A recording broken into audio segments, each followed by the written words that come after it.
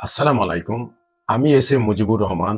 আজকে আপনাদেরকে এমন একটা চেক লিস্ট দিব, যেটা ফলো করলে আপনারা জমি ক্রয় করলে কেউ আপনাদের একটি টাকাও নষ্ট করতে পারে না। প্রথম চেক লিস্ট, প্রাথমিক সতর্কতা এবং দালাল চক্র। আপনি জমি ক্রয় করার প্রথম হচ্ছে জমি পছন্দ হওয়া।